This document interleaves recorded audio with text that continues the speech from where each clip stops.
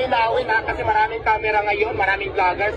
Never po ako nang hingi yung nagpa-picture ng 1.5. Oo, may kinikilala akong vlogger, may kinikilingan ako. Nagkataon lang talaga yung mga kilalang vlogger, yung mga influencer, yung mga social media influencer na kilalang mga vlogger na may appointment yan sa akin. Pero ngayon, nandito kayo. Entertain ko naman kayo lahat dahil free ako.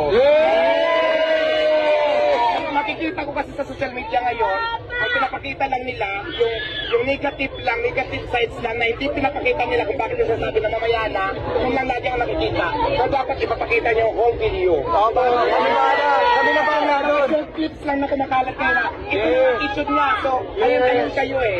So dapat, kung bakit ko ginagawa yun, may full video yun eh, mahaba yun. Pinapakita nyo kasi ngayon, negative sides lang.